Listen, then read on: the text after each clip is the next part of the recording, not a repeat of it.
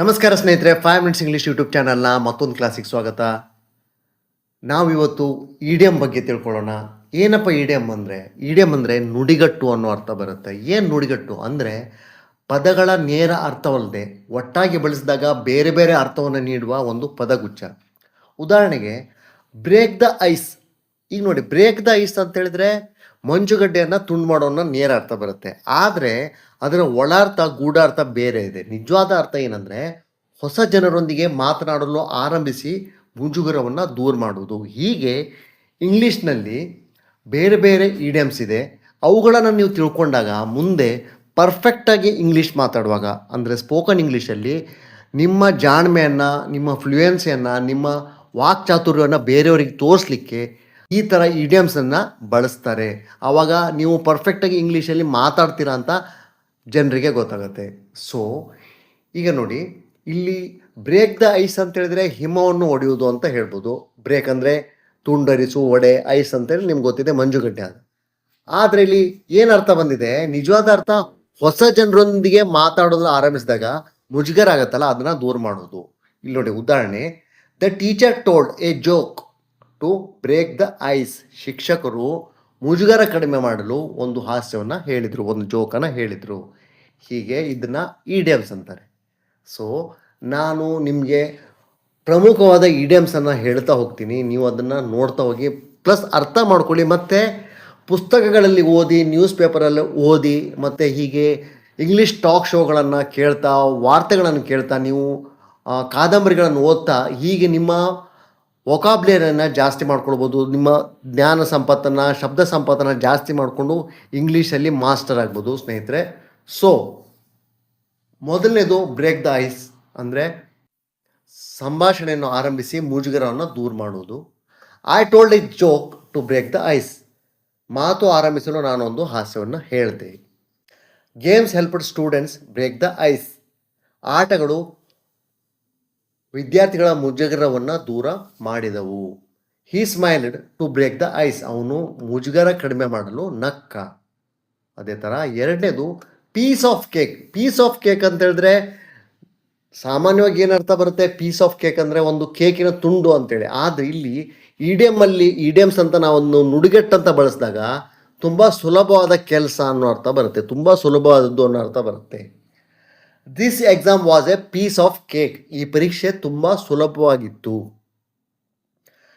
Driving is a piece of cake for her. ಅವಳಿಗೆ ವಾಹನ ಚಾಲನೆ ತುಂಬ ಸುಲಭ, ಅಂದರೆ ಅವಳು ತುಂಬ ಈಸಿಯಾಗಿ ವಾಹನ ಚಾಲನೆಯನ್ನು ಮಾಡ್ತಾಳೆ.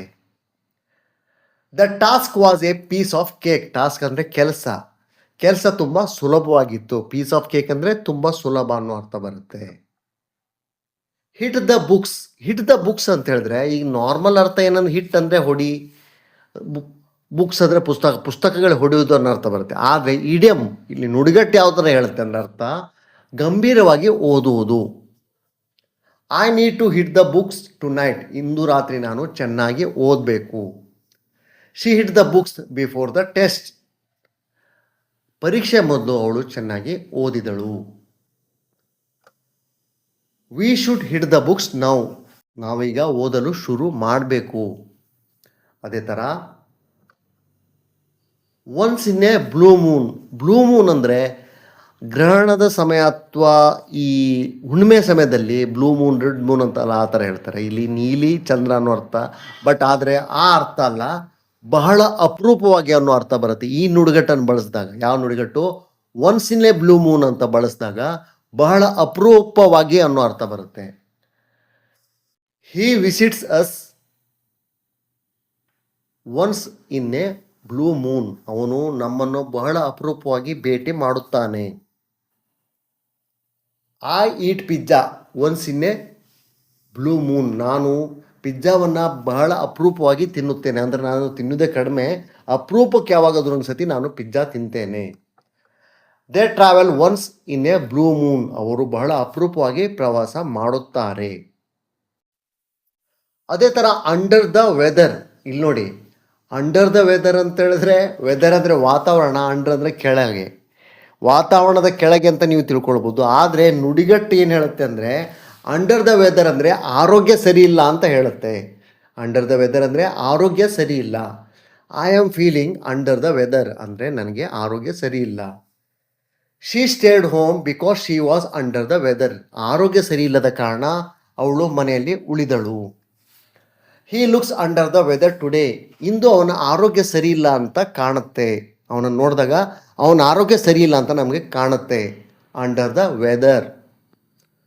Next, cost an arm and a leg. Cost ಅಂದರೆ ಬೆಲೆ, ಆ್ಯನ್ ಆರ್ಮ್ ಅಂದರೆ ಒಂದು ತೋಳು, ಎ ಲೆಗ್ ಅಂದರೆ ಒಂದು ಕಾಲು.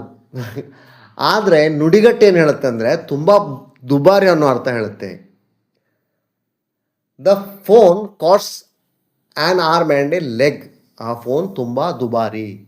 The car cost him an arm and a leg, ಆ ಕಾರು ಅವನಿಗೆ ತುಂಬ ದುಬಾರಿ ಆಯಿತು. This watch cost an arm and a leg, ಈ ಗಡಿಯಾರ ತುಂಬ ದುಬಾರಿ. ಅದೇ ಥರ spill the beans.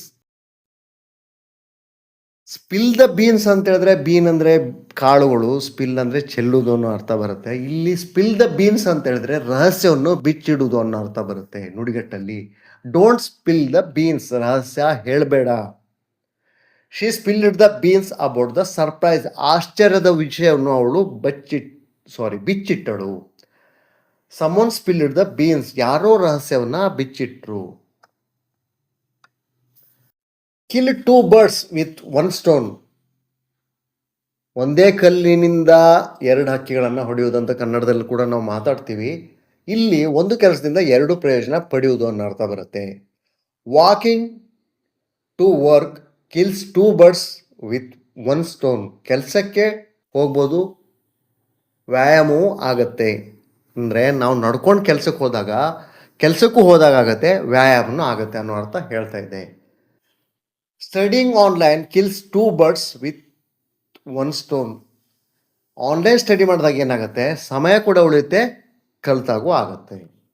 Hi killed 2 birds with 1 stone, ಅವನು ಒಂದು ಕೆಲಸದಿಂದ 2 ಪ್ರಯೋಜನ ಪಡೆದ. 9th, let the cat out of the bag. ಇಲ್ಲಿ ಅರ್ಥ ನೋಡಿದಾಗ ಏನನ್ಸುತ್ತೆ, ಬ್ಯಾಗಿಂದ ಬೆಕ್ಕು ಹೊರಗೆ ಬರಲಿ ಅನ್ನೋ ಅರ್ಥ ಬರುತ್ತೆ. ಆದರೆ ನಿಜವಾಗೂ ನುಡಿಗಟ್ಟಲ್ಲಿ ಏನು ಅರ್ಥ ಅಂದರೆ ಇಂಗ್ಲೀಷಲ್ಲಿ ರಹಸ್ಯವನ್ನು ಬಹಿರಂಗ ಪಡಿಸುವುದು. She let the cat out of the bag, ಅವಳು ರಹಸ್ಯವನ್ನು ಬಹಿರಂಗ ಪಡಿಸಿದಳು. Don't let the cat out of the bag, ರಹಸ್ಯವನ್ನು ಬಿಟ್ಕೊಡ್ಬೇಡ. ನಿಮ್ದೇನೋ ರಹಸ್ಯ ಇರುತ್ತೆ, ಆ ರಹಸ್ಯವನ್ನು ಬಿಟ್ಕೊಡ್ಬೇಡ ಅಂತ ಹೇಳಲಿಕ್ಕೆ don't let the cat out of the bag. He accidentally let the cat out of the bag, ಅವನು ತಪ್ಪಾಗಿ ಅಂದರೆ ಬೈ ಮಿಸ್ಟೇಕ್ ಆಗಿ ರಹಸ್ಯವನ್ನು ಹೇಳಿಬಿಟ್ಟ. A blessing in disguise, blessing ಅಂದರೆ ಆಶೀರ್ವಾದ, ಡಿಸ್ಗೈಸ್ ಅಂದರೆ ವೇಷವನ್ನು ಮರೆಮಾಚುವುದು. ಇಲ್ಲಿ ಏನಾಗುತ್ತೆ ಅರ್ಥ, ಮೊದಲಿಗೆ ಕೆಟ್ಟದಾಗಿ ಕಂಡ್ರು ನಂತರ ಒಳ್ಳೆಯದಾಗುವುದು. ಇಲ್ಲಿ ಆಗೋದೆಲ್ಲ ಒಳ್ಳೆಯದಕ್ಕೆ ಅಂತ ಶ್ರೀಕೃಷ್ಣ ಪರಮಾತ್ಮ ಹೇಳ್ತಾನಲ್ಲ, ಅದೇ ಥರ ಮೊದಲಿಗೆ ಕೆಟ್ಟದಾಗಿ ಕಂಡ್ರು ನಂತರ ಒಳ್ಳೆಯದಾಗುವುದು.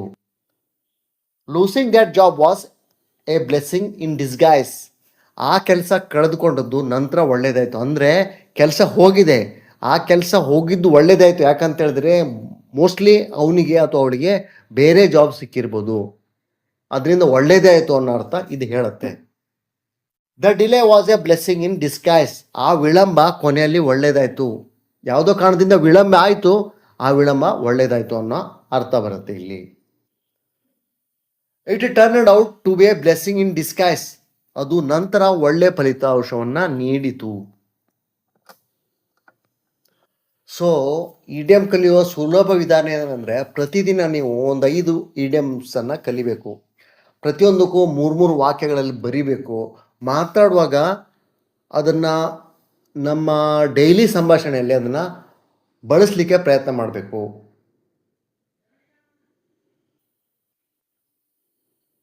Okay.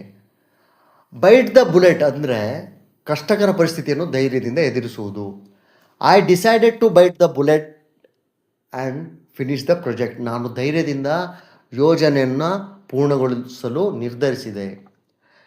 She bit the bullet and told the truth, ಅವಳು ಧೈರ್ಯದಿಂದ ಸತ್ಯವನ್ನು ಹೇಳಿದ್ಲು. We must bite the bullet and work harder, ನಾವು ಧೈರ್ಯದಿಂದ ಇನ್ನಷ್ಟು ಶ್ರಮಿಸಬೇಕು. Burn the midnight oil, ಇಲ್ಲಿ ನೋಡಿ, burn the midnight oil ಅಂತ ಹೇಳಿದ್ರೆ ಎಣ್ಣೆನ ಸುಡು ಅಂತ ಅರ್ಥ ಬರುತ್ತೆ ನಾವು ನಾರ್ಮಲ್ ಆಗಿ ಆಲೋಚನೆ ಮಾಡಿದಾಗ. ಬಟ್ ಇಡಿಯಮ್ಸಲ್ಲಿ ಏನು ಹೇಳುತ್ತೆ ಅಂದರೆ, ನುಡಿಗಟ್ಟು ಯಾವ ಥರ ಹೇಳುತ್ತೆ, ರಾತ್ರಿ ತಡರಾತ್ರಿವರೆಗೆ ಮಧ್ಯರಾತ್ರಿವರೆಗೆ ಕೆಲಸ ಮಾಡಲಿಕ್ಕೆ ಬರ್ನ್ ದ ಮಿಡ್ಲೈಟ್ ಆಯಿಲ್ ಅಂತ ಹೇಳ್ತಾರೆ. I burn the midnight oil before the exam. ಪರೀಕ್ಷೆ ಮೊದಲು ನಾನು ತಡರಾತ್ರಿವರೆಗೆ ಅಂದರೆ ಮಧ್ಯರಾತ್ರಿವರೆಗೆ ಓದಿದೆ. She is burning the midnight oil to complete the assignment. ಅವಳು ತನ್ನ ಕಾರ್ಯವನ್ನು ಮುಗಿಸಲು ತಡರಾತ್ರಿವರೆಗೆ ಕೆಲಸ ಮಾಡುತ್ತಿದ್ದಾಳೆ. They burn the midnight oil for the competition. ಅವರು ಸ್ಪರ್ಧೆಗಾಗಿ ತಡರಾತ್ರಿವರೆಗೆ ಶ್ರಮಿಸಿದರು. Call it a day. ಇಲ್ಲಿ ನೋಡಿ, ಕಾಲ್ ಇಟ್ ಎ ಡೇ ಅಂದರೆ ಕೆಲಸವನ್ನು ನಿಲ್ಲಿಸುವುದು, ಅಂದರೆ ಇವತ್ತಿಗೆ ಸಾಕಪ್ಪ ಅಂತ ನಿರ್ಧರಿಸುವುದು. We have worked enough, let us call it a day. ನಾವು ಸಾಕಷ್ಟು ಕೆಲಸ ಮಾಡಿದ್ದೇವೆ, ಇದನ್ನ ಇಲ್ಲಿ ನಿಲ್ಲಿಸೋಣ, ಅಂದರೆ ಇವತ್ತಿನ ಮಟ್ಟಿಗೆ ಇವತ್ತು ನಿಲ್ಲಿಸೋಣ. He called it a day after finishing the report. ವರದಿಯನ್ನು ಮುಗಿಸಿದ ನಂತರ ಅವನು ಕೆಲಸ ನಿಲ್ಲಿಸಿದ. The workers called it a day at 6 PM. ಕಾರ್ಮಿಕರು ಸಂಜೆ 6 ಗಂಟೆಗೆ ಕೆಲಸ ನಿಲ್ಲಿಸಿದ್ರು. ಗೆಟ್ ಕೋಲ್ಡ್ ಫೀಟ್ ಅಂದರೆ ಭಯಪಡುವುದು ಅಥವಾ ಕೊನೆಯ ಕ್ಷಣದಲ್ಲಿ ಆತ್ಮವಿಶ್ವಾಸನ ಕಳೆದುಕೊಳ್ಳುವುದು. ಅದಕ್ಕೆ ಗೆಟ್ ಕೋಲ್ಡ್ ಫೀಟ್ ಅಂತ ಕರೀತಾರೆ.